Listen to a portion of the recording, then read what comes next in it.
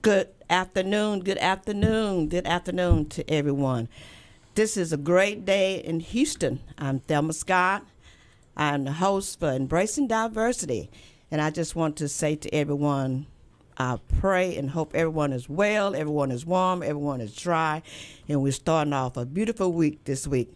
Second, I would like to have my co-host introduce herself, Attorney Filis. Okay. Hi, everybody. Hi.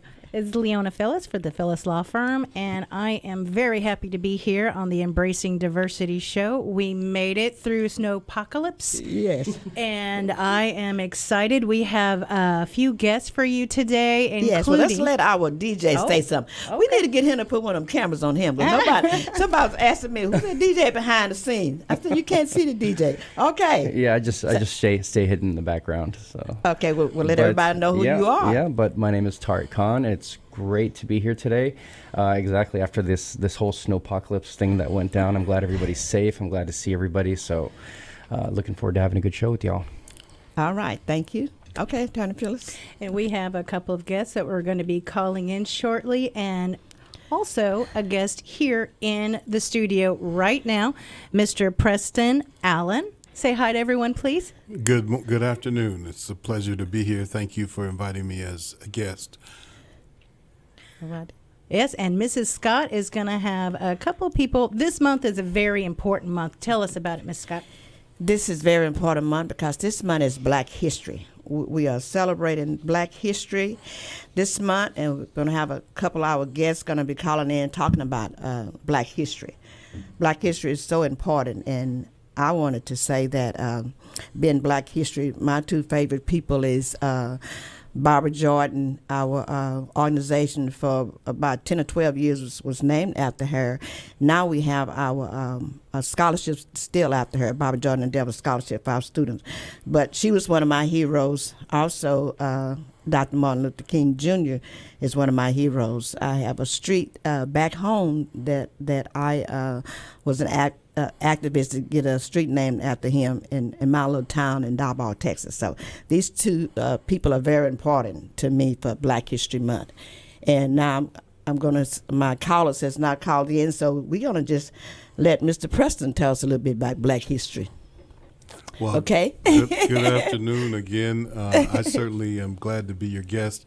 I'm representing NAMI Greater Houston, which is National Alliance on Mental Illness, which is an organization that is set to try to raise the awareness and opportunity and access to support for persons in need of mental health. I also represent the Bread of Life St. John's Church, and I'm doing some work with them on consulting to provide a therapeutic resource center sometime this spring. So I come from my background is healthcare and community development, and previously I was on staff at Wheeler Avenue Baptist Church as the director for community development.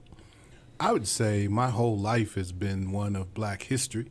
I was raised and born in the church, for which there's a series on with Dr. Gates on the history of the Black church. I would say my heroes were my grandfather, my late grandfather, Reverend Preston Allen Sr., and then my father, late father, Reverend Preston Allen Jr., who served as pastors of that church for at least 70 years in that city's history. I'm from Kansas City, Missouri, originally. All right, I have family there. All right. Right. Next to the woods. In order to kind of indoctrinate myself completely in Black history, I was offered the opportunity to attend Morehouse College, for which Dr. King is an alumni. Yes. And we have many distinguished alumni. But most importantly, one of my heroes is Dr. Benjamin Mays, Elijah Mays, who was the president for many years for Morehouse College, who instilled a sense of community need and development. He said it's not good enough just to receive an education and to matriculate in Morehouse College and then to have a home, a white picket fence, a family, and those types of things. That's not enough. You have to reach back to society as a whole and try to lift someone else up. So that's my history moment. Okay. Attorney Phyllis, give us a history moment. I know you have some history moments, so give us some history moments of Black history. Well, one of the things I was going to continue on with that role of education is one of our Houston-based law schools Okay. is Thurgood Marshall School of Right. Law at Yes. TSU. Okay. And so Thurgood Marshall, as everybody knows, as an attorney, he argued in front of the U.S. Supreme Court, Brown versus the Board of Education, Okay. which finally had the Supreme Court declare that segregation was unconstitutional. Then we had one of our 3 law schools here in Houston named after Thurgood Marshall, one of the first African American Supreme Court justice. So very excited to have such a prestigious law school here named after such a very important historical figure. That's awesome. Okay, Attorney Phil, I think one of our callers are online. Okay. Okay. So we have a few things that people should know about for the Right. Embracing Diversity show, which is our strong connection to a nonprofit called Safe Diversity Communities, which was founded by Mrs. Thelma Scott and her husband. Right. We have a picture of the two of them here in the studio.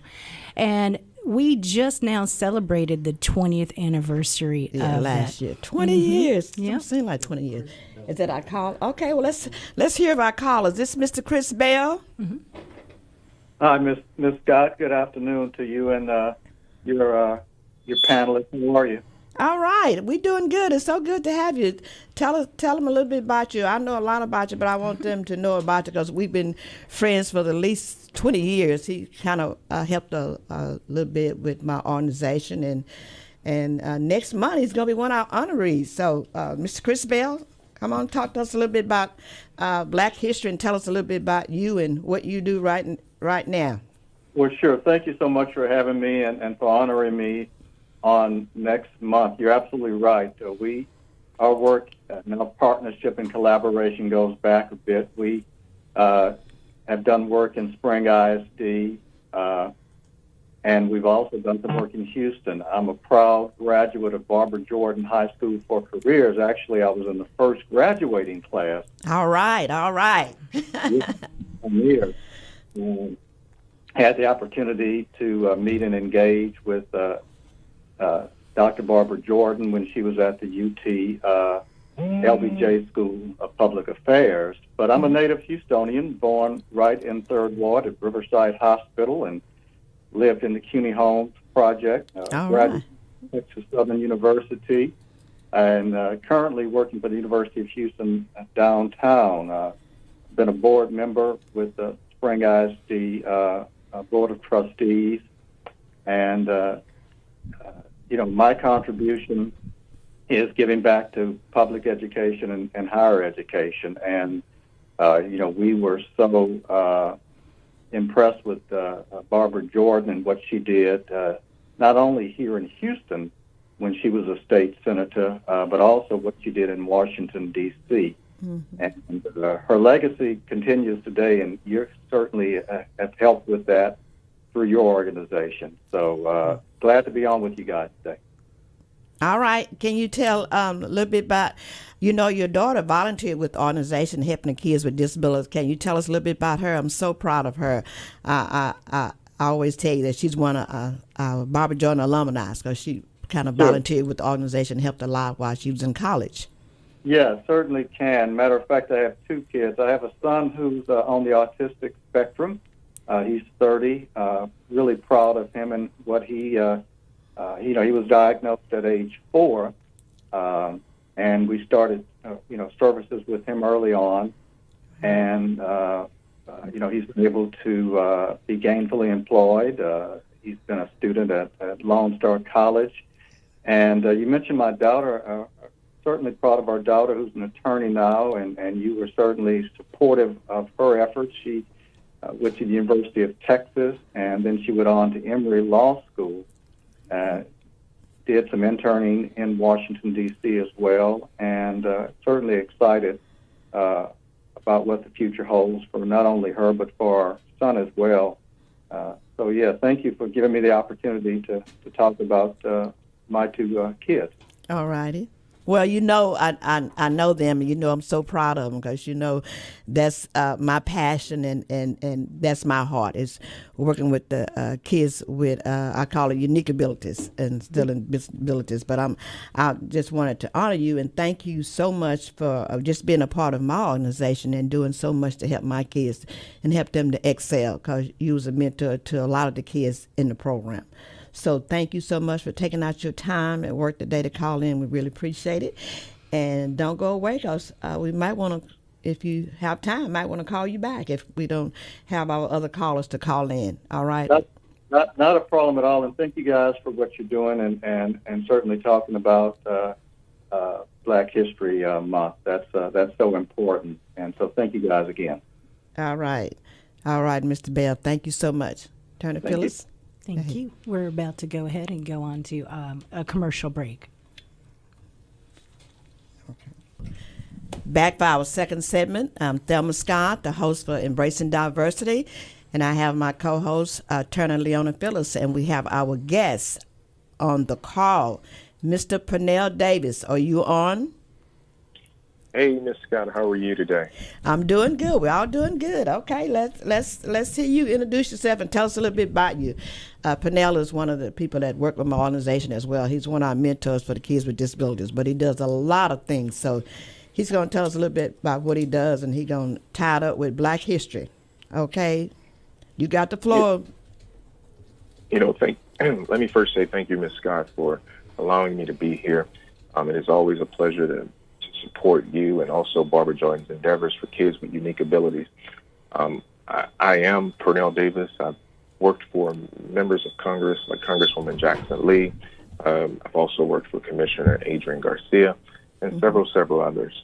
I think one of the important things during this month, we first must realize that every day is Black History Day, but we also have leaders right here in our own community, like Congresswoman Sheila Jackson Lee, that continues Hold on to just a pave the moment. way. Back up a little bit. Pernell, did you let them know where we met at?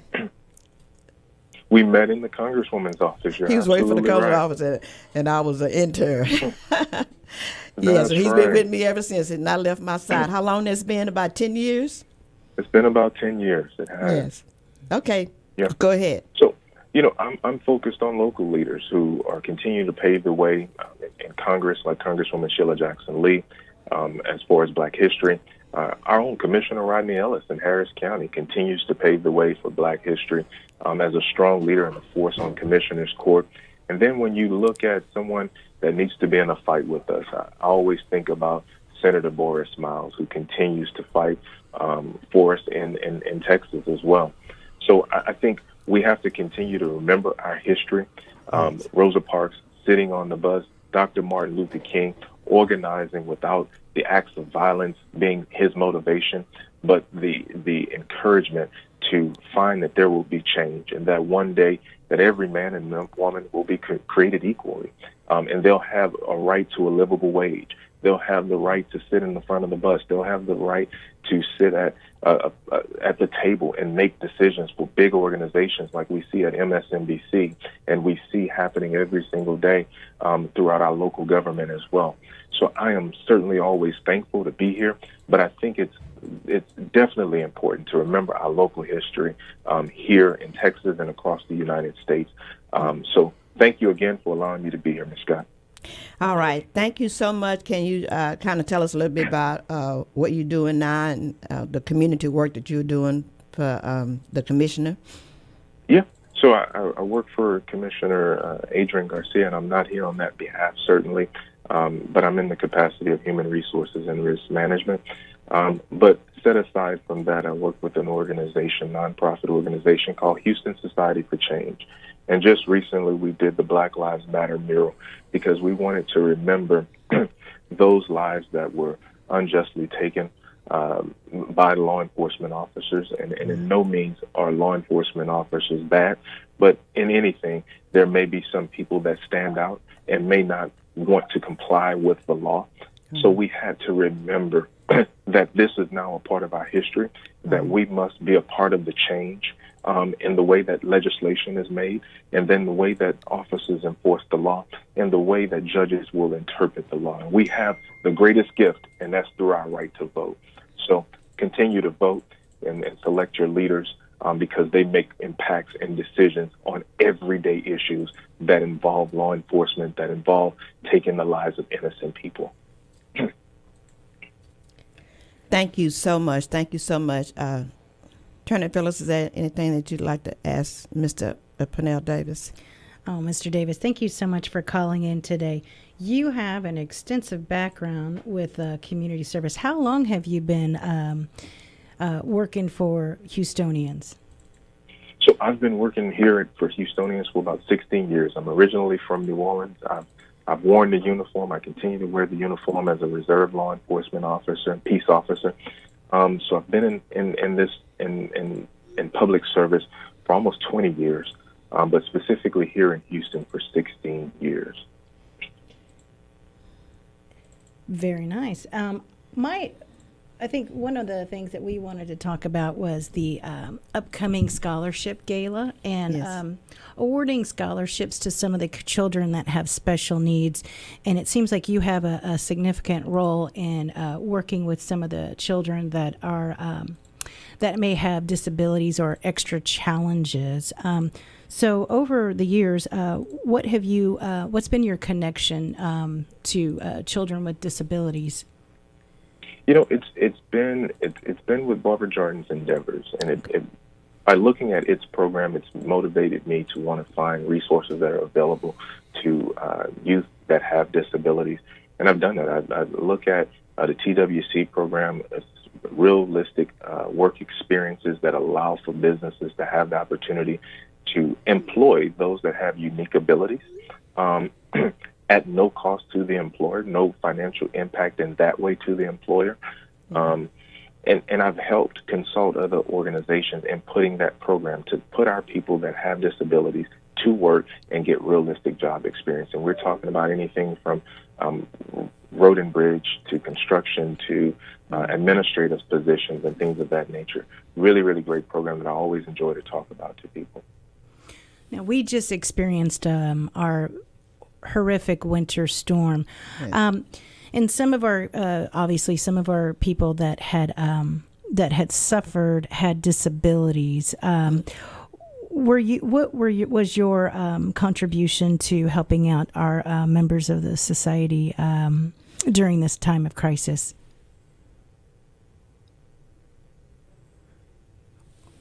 Or did you experience a little bit too much of a power outage and no heat, no internet? Was that your house? Because that was my house.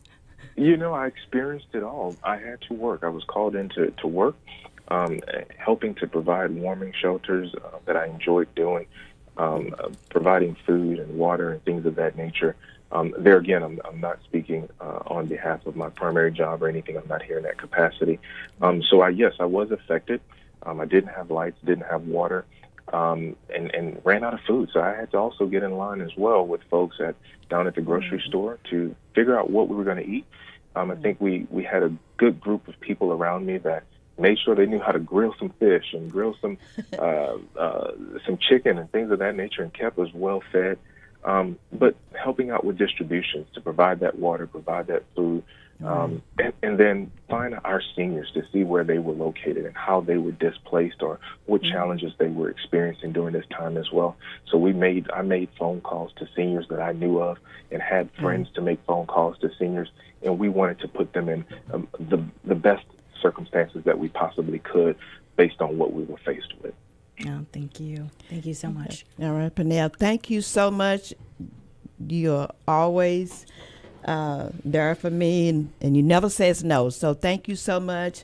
We'll let you get back to work, and I'll be contacting you soon. But thank you a lot, and have a wonderful and blessed day, and stay safe. Stay safe, and thank you again. God bless you. Okay, God bless you too. Okay, Attorney Filis, so are we ready for our other caller, or do we need to? Well, we're ready for our in-studio guest. All right. You've already Ready heard from him, Mr. Preston. Mr. Preston J. Allen, and he's going to talk to us about what he experienced the past few days. All righty. Yes. Well, again, thank you so much for being on your program. It's a pleasure, certainly a pleasure to get out of the house. Yes. That's number Been one. locked down for a whole week. And number two is that it's a beautiful day, and I want to say what a difference a week makes. Yes. As I was reflecting, no matter what the difficulty, and I explained to Ms. Scott what we went through last week with losing power for about 54 hours. But I thought about it in a world perspective. Right. What we went through this last week, most of the people experience on a day-to-day basis. They do not have they do not have water in their homes, portable water. They do not have a toilet facilities. They do not have warmth and freedom from the excessive heat. So they might not have a roof over their head. So that's how a good portion of the world lives today. Right. So just think of that. Yes, we were inconvenienced. Yes, we had some difficulty. But just think, we have a very blessed life in this world today. We don't know how blessed we are, Yes, right? yes, yes, yes. So the work that I'm doing with NAMI Greater Houston in St. John's is in the mental health arena, primarily because two communities, the Latinx community and the African American community, do not access the mental health resources like other communities historically. And there's a whole myriad of issues. Some of that is related to Black history, equity, inequity issues. But the main issue is bringing awareness, education, access, affordable access, and to try to reduce some of the stigma associated with mental illness. Right. And that all of us have some interface with mental illness, whether we acknowledge it or not. Right. And the question is, what do we do about it? What do we do about it? That's number one. Yes, yes. So the work that we do primarily is to create a network of opportunity for those in the community that have social-facing organizations, such as social service organizations, 501c3s. We have a network that's divided into four sections throughout the city: Northwest, Northeast, Southwest, and Southeast. And then we also have support through NAMI Greater Houston through peer support. Right. And those peer support groups can be a host of issues related to anxiety, depression, bipolar disorder, some of those issues that are significant diagnoses, schizophrenia, and so forth. So the biggest challenge is to be able to get persons to get the support that they need. And most of these organizations, most of these opportunities are free of charge to the larger community. So that's important for people to know.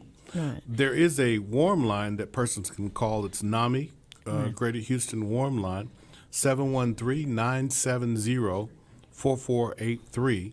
And the website is namigreaterhouston.org. Right. To let them know that there's hope out there. They're not alone. That's the most important thing. To know there's hope and they're not alone. Yes. As we can see in our recent history, there's certainly a call for mental health and mental wellness that we need to take seriously. Right. Well, I'm so honored to be a part of NAMI. I just finished with my family class and just finished with my peer-to-peer, so I'm going on to my next class. So I'm just honored to be a member of NAMI because NAMI has did so much for me and really has helped to save my life doing a lot of things that I was dealing with. So I'm just so honored to be a part of NAMI, and I'm so honored that we are now partnered with NAMI to have someone at each one of our community outreach workshops and our radio and our Embracing Diversity show. So that means a lot, Mr. Preston. So thank you so much, and thank Miss Angelina Hudson so much for you guys partnering with Safe Diversity. That means a lot because we deal with a lot of our students are so depressed and they're dealing with anxiety, and really they need to hear and they need to know that they're not alone and there's hope out there. So I am so excited to be a part of NAMI. Continue to save lives, and that's what it's about. Thank you.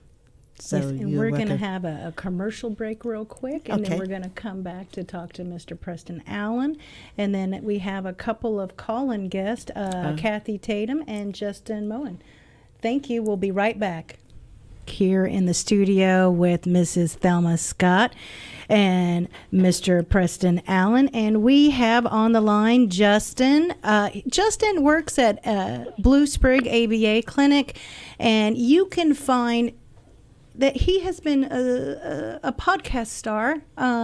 Justin, can you tell us where we can find your interview? Sorry. I didn't hear. Okay, what would you say earlier? Sorry, I was. Oh, I was introducing you and bragging about you. So. Okay, yeah, true. Oh, sorry, I didn't know. So you've already been a guest of a podcast. You've put on a lot of presentations to local police officers regarding interactions with adults and children with disabilities. Right. Mm-hmm.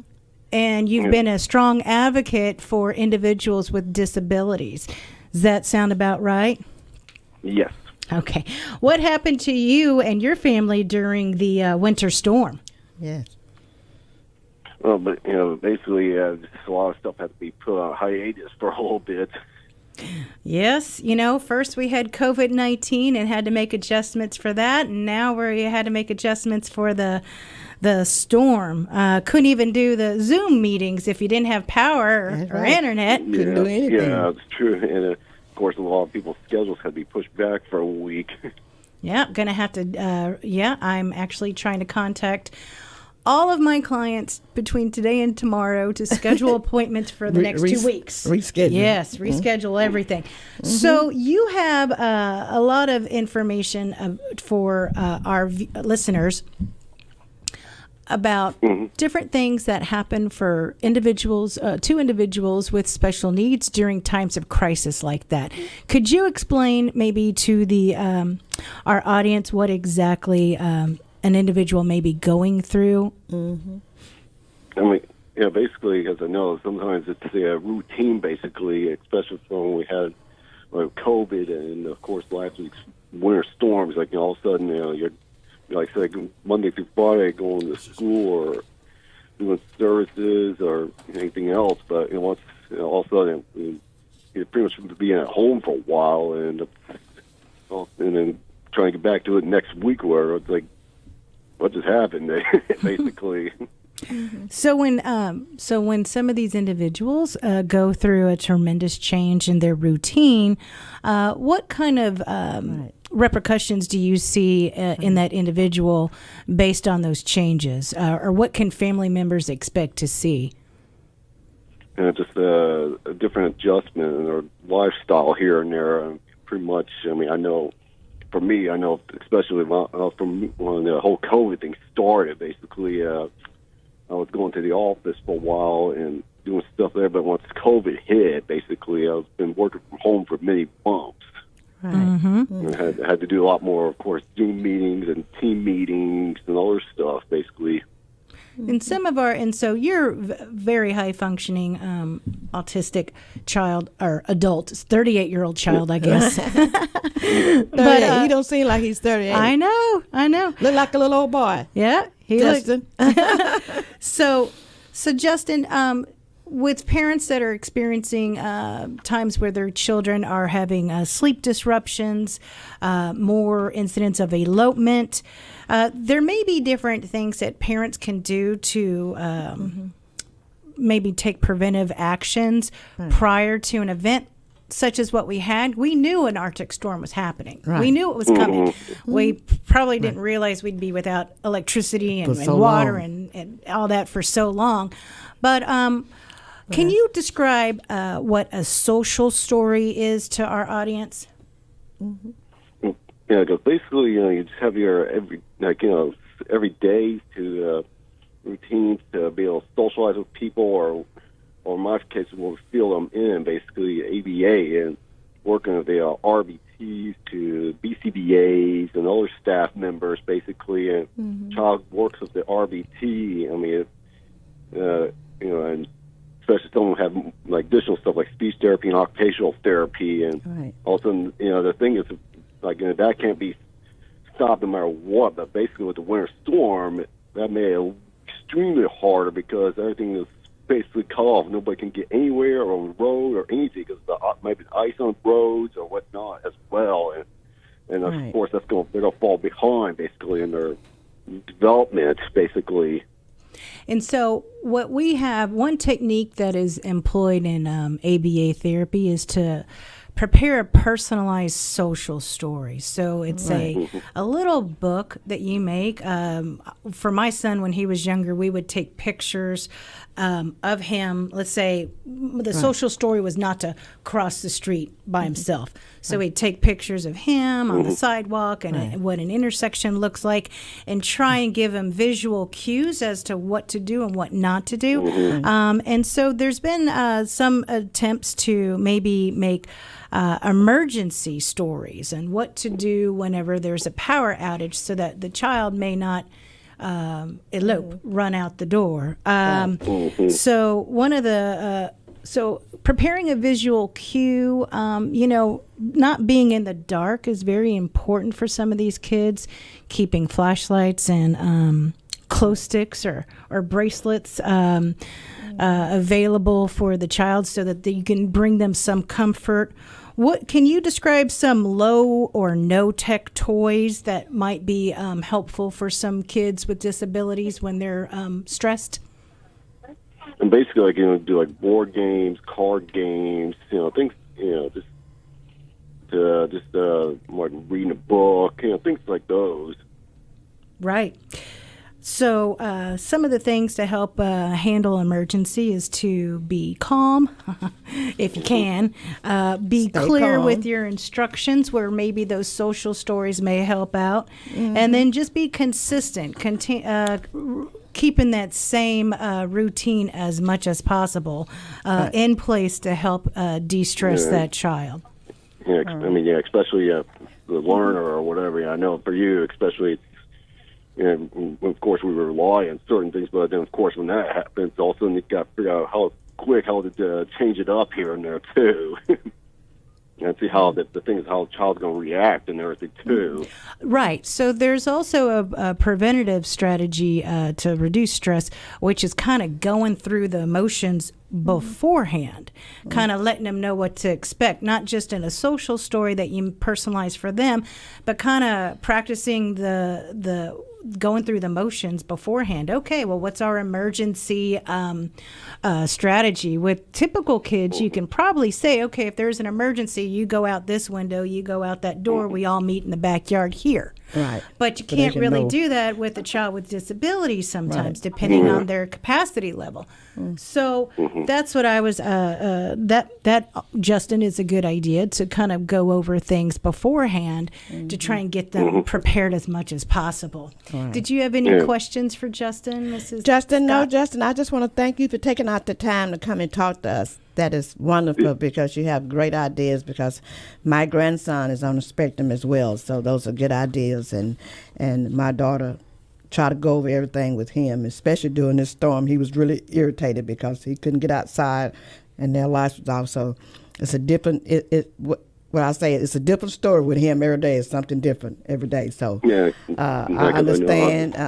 It's so good. But thank you so much for calling in. We really appreciate it. Thank you, No Justin. problem. Have a wonderful day, okay? You too. All right. Up All next, right. we have Miss Kathy Tatum. Oh, on we the have Miss phone. Kathy Yes, Tatum. we Okay. do. Hi, Kathy. Kathy gonna come on the line. I'm getting ready to say congratulations to all of my students, since she's one of our scholarship sponsors and work with our program. Miss Kathy, are you there? I'm here. How are you, community partners? We wonderful. We wonderful. We just want you to help us say congratulations. You know, we had 3 winners for February. The student did an essay. The essay topic was, who was your Black History hero? And the art, they draw a picture of their favorite hero. So we had some winners here. We have Maxine Morning. She's a senior at Lamar High School. We had Jose Torres. He's a senior at DeBakey High School. Also, we had one of our ambassador program students, one of our 8th graders in our program, Divine Fox. He's in the 8th grade at Shotwell Middle School. So I want to say, and let's give them a hand, everybody. I'm ready to say congratulations to these students. They did a wonderful job. And they'll be coming by my house to pick up their gifts. So All right. they don't know what it is yet. They just have to come by there and pick it up. They do a drive-by.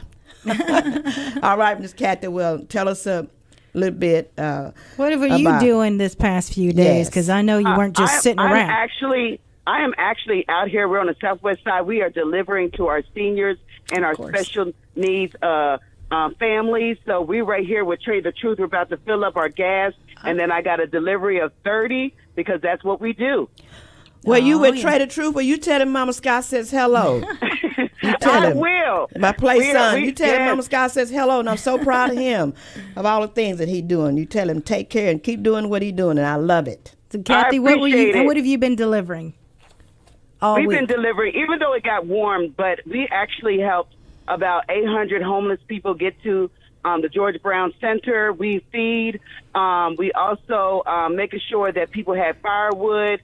And unfortunately, because everybody cannot get in their car because of disabilities, Right. we make sure that we go to their homes and make sure our city officials are aware of some that also need their vaccines.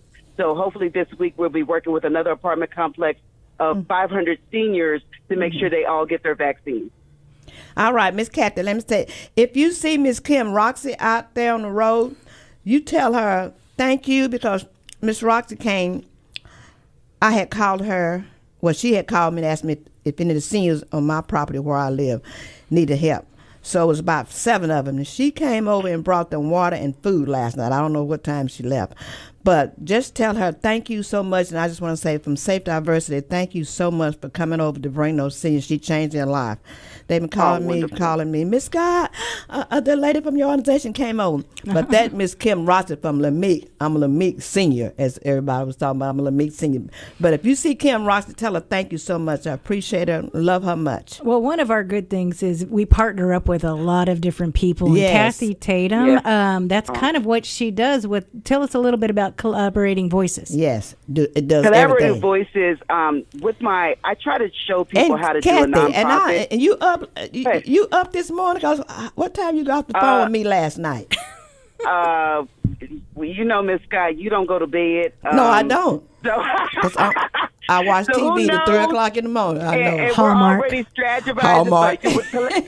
With Collaborating Voices, exactly what it says. We collaborate. Everybody can't do it on their own.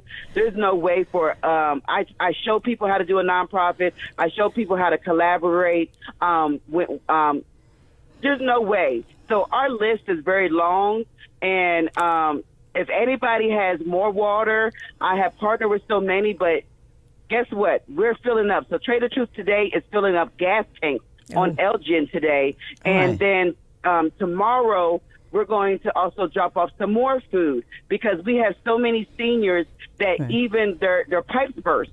So if they couldn't get out of their home already, that's what we do. So in honor of Black History Month, I also want to give a shout out to my Mason and Eastern Stars of the World. This is what we do all year round since the age of time, Underground Railroad. We have always been with all races, been out here on the front line, making sure that every city is those that, nonprofits, not all, especially diversity, do not get funding. And they're always on the front line. So that's what we do. We want to make sure that people get funding so we can do more things in our community. Miss Kathy, I want to thank you so much. We have a few time left. I have to say happy birthday to my husband in Happy heaven. birthday. Today is his birthday, so there's a farewell birthdays. We want to wish everybody a happy birthday. But I just want to hold that up. You can see my husband would have been 71 today. And I miss him every day. I keep him close to my heart because I know he's always with me. Happy birthday, Mr. But Scott. we just want to say happy birthday to you, darling. We love you. Happy and birthday kiss. to Yes, happy birthday. Mr. Otis. And I want to say that your family is doing a wonderful job to keep his legacy going. All Thank right, you guys. darling. Thank you so much. Yes, all right. Attorney Filis. Oh, thank you, Kathy. Thank you, Mr. Preston Allen. Thank you, all of our people that called in today. Mr. Allen, do you have a short word you Oh, want to say yeah. before we end? I just want to say thank you for having me today, and thank you for your program. All righty. Thank you for sharing your testimony with us. We really appreciate it. Yeah. So this is the Embracing Diversity Show. Mrs. Thelma Scott, founder of Safe Diversity Communities. Now we're celebrating the 21st year. Hopefully Right. this is going to be a big year again.